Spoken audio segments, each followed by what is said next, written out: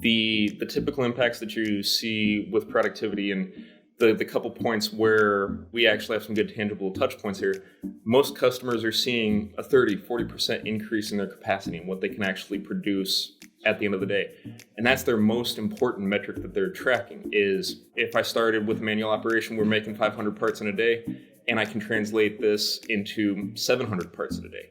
They just increase what they can run. And a misconception that you often will see is that the robots are going to operate faster than people. And probably about 90-95% of the time, robots in the automation, especially in this space, are not going to be operating faster than a person.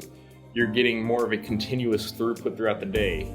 You're improving quality of the parts out and eliminating any factors of inconsistency in their current process. It's honestly, for a lot of the companies that we're looking at in the machine tending space, they're operating at less than 30% efficiency what they potentially could get in a calendar month.